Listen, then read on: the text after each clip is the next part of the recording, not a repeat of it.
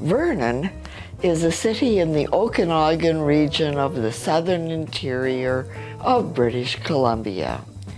It is 440 kilometers or 270 miles northeast of Vancouver. It was named after Forbes George Vernon. He was a member of the province's Legislative Assembly. Vernon was incorporated as a city on December 30th, 1892. 11 years later, in 1903, the municipal buildings included City Hall, a fire hall, and a public reading space. The following year, it was declared the largest municipality in the Okanagan, and first with a bank and telephone. In 2024, Vernon had a population of more than 47,000. The site of the city was discovered by the Okanagan people of the Interior Salish, who named the community Nintle Moos Chin, meaning jumping over place where the creek narrows. Fur traders camped in Vernon, which started to develop in 1863. This followed gold discoveries at Cherry Creek, Monashee Mountains, Mission Creek, and the east side of Okanagan Lake. Development began. Historically, a major economic hub in the Okanagan, Vernon became home to cattle ranches and fruit orchards. It attracted British families. Agriculture has traditionally been the area's economic engine. In the recent past, construction, tourism, and manufacturing have also driven the economy. Fruit trees were planted in Vernon, which first grew by the early 1890s. Vernon's growth accelerated beginning in 1891 after the Canadian Pacific Railway was opened in the Okanagan and Shuswap regions, connecting in Sicamous, a town in the Shuswap. CPR service was offered to Vernon by 1891, in addition to its neighborhood of Okanagan Landing. Shortly after, in 1893, the CPR launched the sternwheeler SS Aberdeen on Okanagan Lake, connecting Vernon to Penticton and points between. Vernon has a humid continental climate with warm, sometimes hot summers and cold winters with highs around freezing, mild by Canadian standards. Each winter, Vernon hosts a winter carnival. First held in 1961, it is now Western Canada's largest and North America's second largest winter carnival. The Downtown Sunshine Festival is an annual event held in June. Vernon sits amid valleys and mountains, rivers and lakes. Bordered by Kalamalka, Okanagan, and Swan Lakes, Vernon offers 4 seasons of recreation. Lakes and beaches in summer, skiing and hockey in winter. The area is home to several golf courses, and curling has a strong following. The Vernon Vipers, formerly the Vernon Lakers, are one of the most decorated junior hockey teams in Canadian history, having won the Royal Bank Cup, formerly the Centennial Cup, 6 times. The Okanagan Valley's first flight occurred at Armstrong on Dominion Day, July 1st, 1912, about 15 miles north of Vernon. Vancouver aviator William Stark, known as Billy, gave an exhibition flight to more than 4,000 spectators. 2 years later, in mid-August 1914, an American aviator, Weldon Cook, flew his Curtiss-type pusher hydro airplane at the Kelowna Regatta. A report by the Okanagan Museum and Archives Association said Cook's machine was equipped with a temporary float. It detached after takeoff, exposing a set of wheels, and that Cook flew his hydro airplane northward to, quote, a rather bumpy landing in Vernon, unquote. The first documented visit of a flying machine to Vernon was on August 4th, 1919. Lefftenant Ernie O. Hall arrived from Kamloops in a Curtiss JN-4 Canuck. The Canuck belonged to the Vancouver Aerial Transportation Company. Hall had agreed to the flight to participate in the Peace Day celebrations. After the exhibition, Hall left Vernon and flew to Penticton. 3 days after Hall's first landing at Vernon, another Curtiss JN-4 Canuck arrived. On August 7th, Captain Ernie Hoy arrived at Vernon's Mission Hill at 7:18 a.m. Hoy was on the first stop on this previously unflown route. Hoy had been selected to make a record-breaking flight from Vancouver to Calgary and return by the Vancouver branch of the Aerial League of Canada. After Captain Hoy had breakfast with the mayor and his aircraft refueled, he took off for Grand Forks about an hour after landing.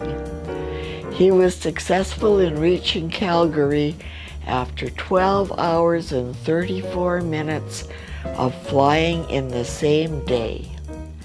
His return from Calgary via Golden ended with a crash on takeoff, but without injury to Hoy. During June of 1921, a Mr. Scott Williams landed a JN-4 Canuck at Mission Hill Field. Scott Williams reportedly made several public presentations on the future of aviation. And Alexander Eagle Rock arrived at Vernon's Mission Hill on September 6, 1928. This biplane belonged to the Yukon Airways and Exploration Company of Whitehorse. It was flown by John M. Patterson with company official Clyde G. Wan. Wan had taken delivery of the Eagle Rock, named the Northern Light, in Denver, Colorado, where Wan had hired Patterson. After getting temporary Canadian registration at Vancouver, they were barnstorming their way to the Yukon. They did not reach Whitehorse until December, but by that time, they had carried more than 1,200 passengers. Wan said the aircraft cost $14,000, but it was paid for by the time it was delivered to the Yukon. John A. Wilson was the Canadian Controller of Civil Aviation, Department of National Defense.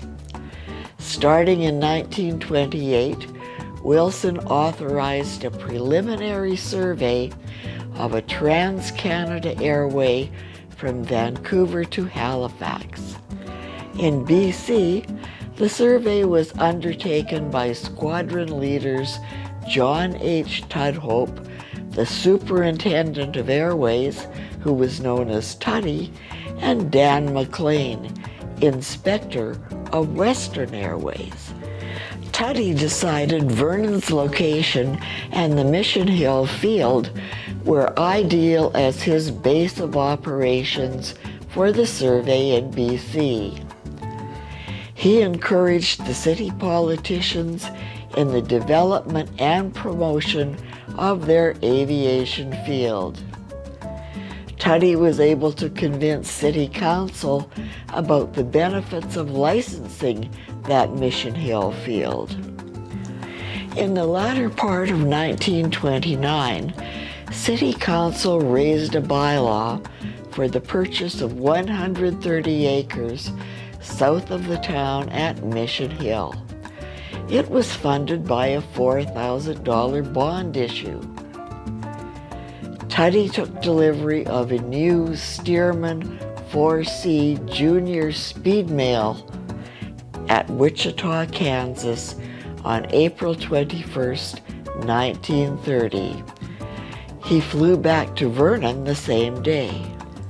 In 1931, Dan McLean was District Inspector of Western Airways Civil Aviation Branch.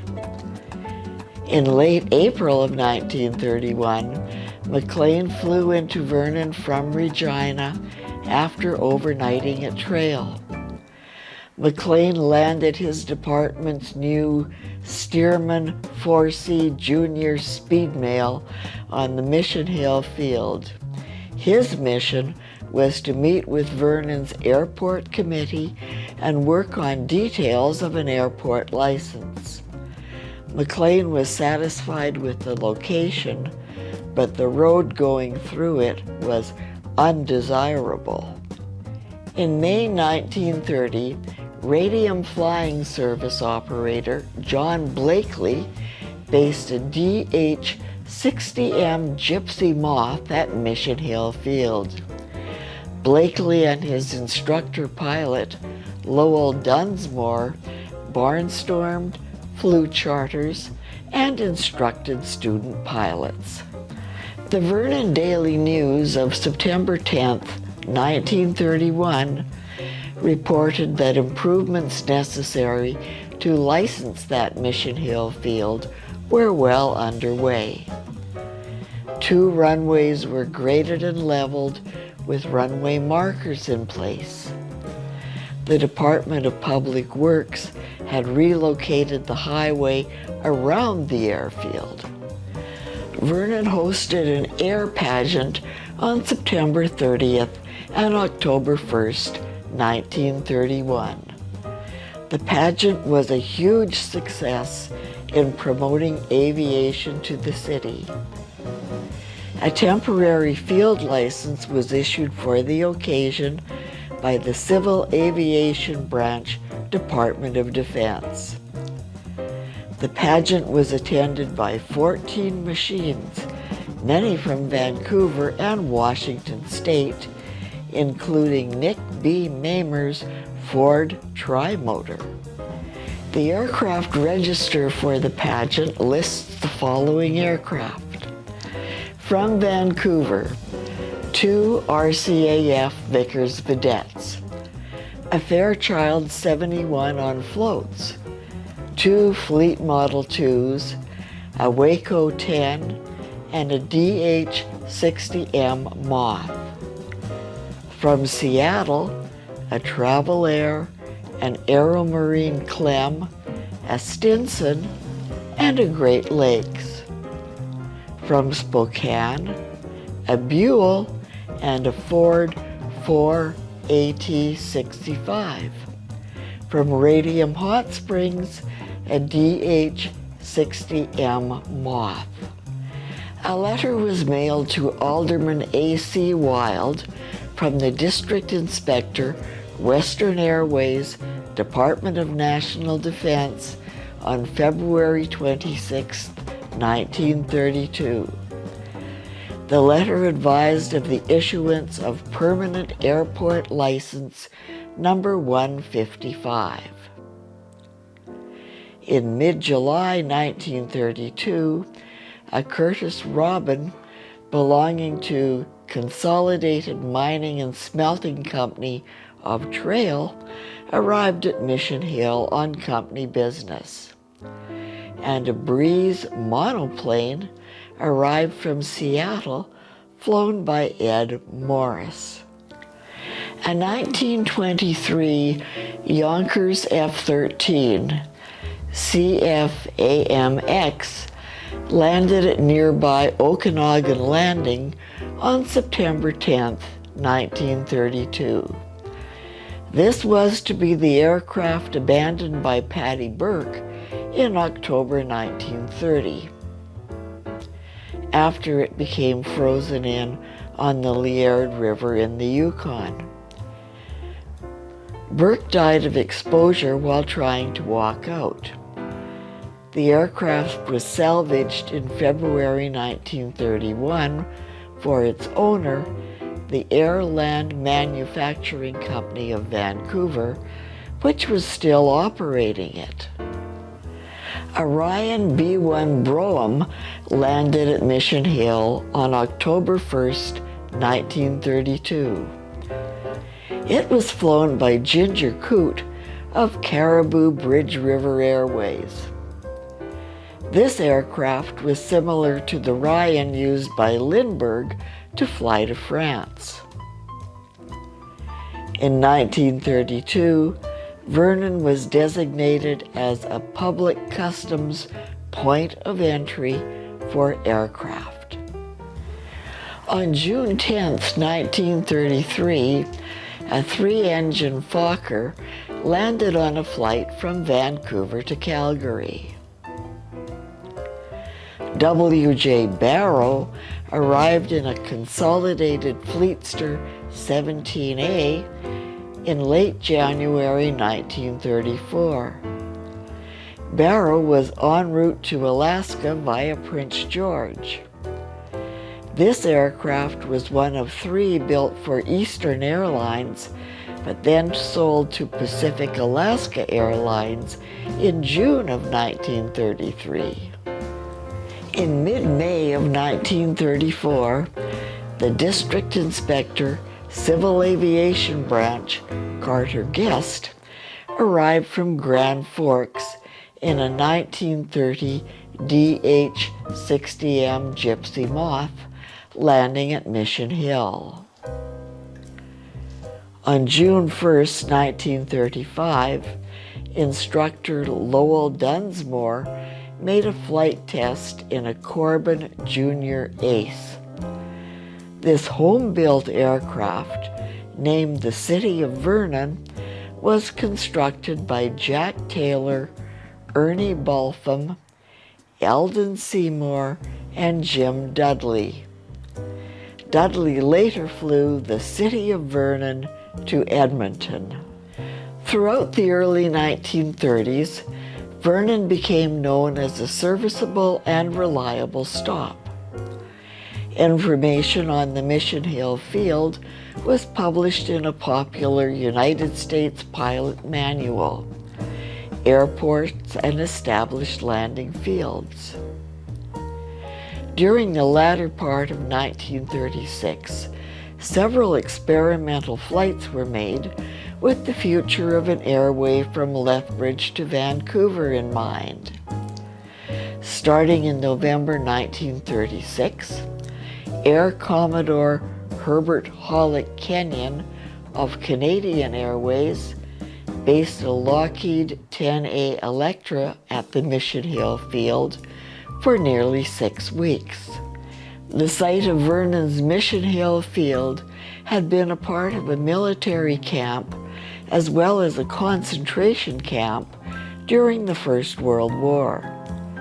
With the coming of the Second World War, the Department of National Defense advised the city that it would again require the use of this land.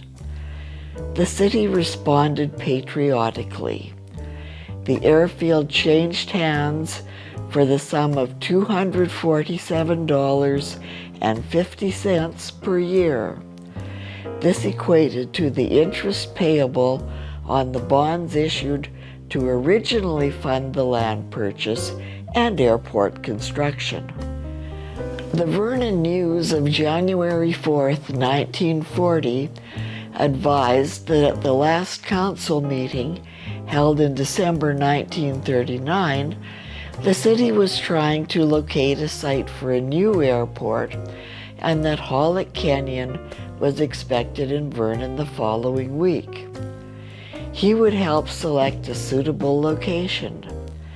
Civil aviation ceased at Vernon for the duration of the Second World War.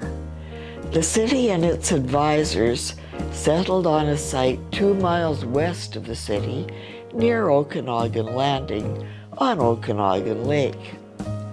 The proposed airfield would have a single runway 1,950 feet by 500 feet.